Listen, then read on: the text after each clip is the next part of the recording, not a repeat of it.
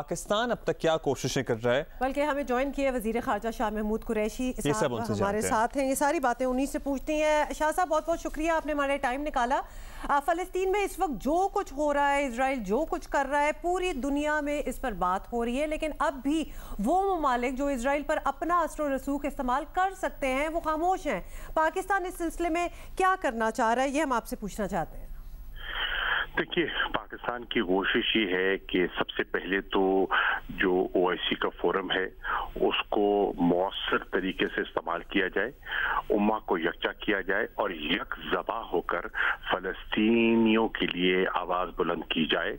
جو ہم نے او آئی سی کے وزراء خارجہ میں بلند کی ہے اور کے اجلاس میں بلند کی ہے، اور جو انشاءاللہ بروز جمعرات ہم جنرل اسمبلی کے اجلاس میں بلند کرنے جا رہے ہیں. میں اس وقت ہوں انقرہ میں اور ابھی تھوڑی دیر بعد روانہ ہوں گا. میرے ساتھ انشاءاللہ ترکی کے وزیر خارجہ بھی ہوں گے اور فلسطین کے وزیر خارجہ بھی ہوں گے. انشاءاللہ وہ آج یہاں پہنچ رہے ہیں. کچھ دقتیں تھیں وہ اب دور ہوئی ہیں، انشاءاللہ آج پہنچ رہے ہیں اور ہم یہاں سے ٹیک آف کریں گے پیرس کے لیے، اور وہاں سوڈان کی وزیر خارجہ اور امید ہے کہ ٹونسیا کے وزیر خارجہ ہمارے ہمراہ ہو جائیں گے اور ہم جائیں گے نیو یارک، اور انشاءاللہ جمعرات کو بروز 20 تاریخ وہاں بات ہوگی. اس کے ساتھ ساتھ آپ دیکھ رہے ہیں کہ ویسٹرن کیپٹلز پر بھی اب دباؤ پڑ رہا ہے اور وہاں کی جو عوام ہے انہوں نے حکومتوں کو اپنے فیصلے پر نظر ثانی کے لیے مجبور کر دیا. ابھی میں دیکھ رہا تھا کہ جو ہائی ریپریزنٹیٹیو ہیں یورپین یونین کے، ان کا بھی بیان آیا ہے اور انہوں نے بھی سیز فائر کا مطالبہ کر دیا ہے.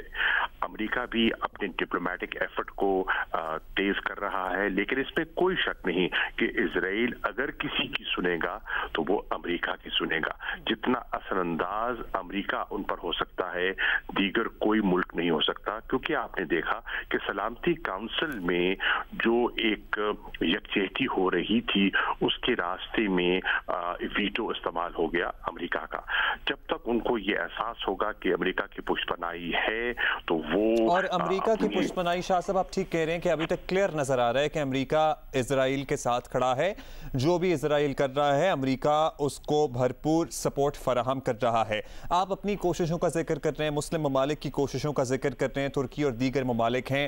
آپ لوگ کہہ رہے ہیں کہ آپ 20 کو جا کے اور بات کریں گے امریکہ میں بھی، اور دیگر ممالک کے وزراء خارجہ آپ کے ہمراہ ہوں گے. یہ ممالک تو اپنا کردار ادا کر رہے ہیں، لیکن عرب ممالک جو بڑے پیسے والے بھی ہیں، جن کا بڑا اثر و رسوخ ہے، آپ کیا سمجھتے ہیں ان کی طرف سے جو رویہ اختیار کیا جا رہا ہے اتنا ہی رد عمل آنا کافی ہے، یا فار سٹارٹرز ایٹ لیسٹ تمام مسلم ممالک یہ تو اگری کر سکتے تھے کہ ڈپلومیٹک ٹائز کے حوالے سے کوئی فیصلہ کیا جائے کہ اس کے تھرو پریشر ڈالا جائے کہ ہم منقطع کر سکتے ہیں یا منقطع کر دیے جائیں جنہوں نے پروبیبلی ابھی ریسنٹلی ڈیولپ کیے ہیں ڈپلومیٹک ریلیشنز اسرائیل کے ساتھ ان ممالک کی طرف سے؟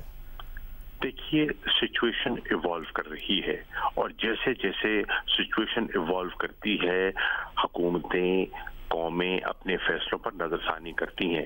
اس وقت میں سمجھتا ہوں کہ جو کردار سعودی عرب نے ادا کیا ہے، پرنس فیصل بن فرحان نے جو صدارت کی ہے اس اجلاس کی، اس ہنگامی اجلاس کی، وہ قابل ذکر ہے اور قابل تعریف ہے اور وہ اپنا کردار ادا کر رہے ہیں. میں بھی دیکھ رہا ہوں کہ جارڈن بھی اس میں اپنا کردار ادا کر رہا ہے. میں دیکھ رہا ہوں کہ مصر بھی آپ کو پہلے سے زیادہ حرکت میں دکھائی دے رہا ہے.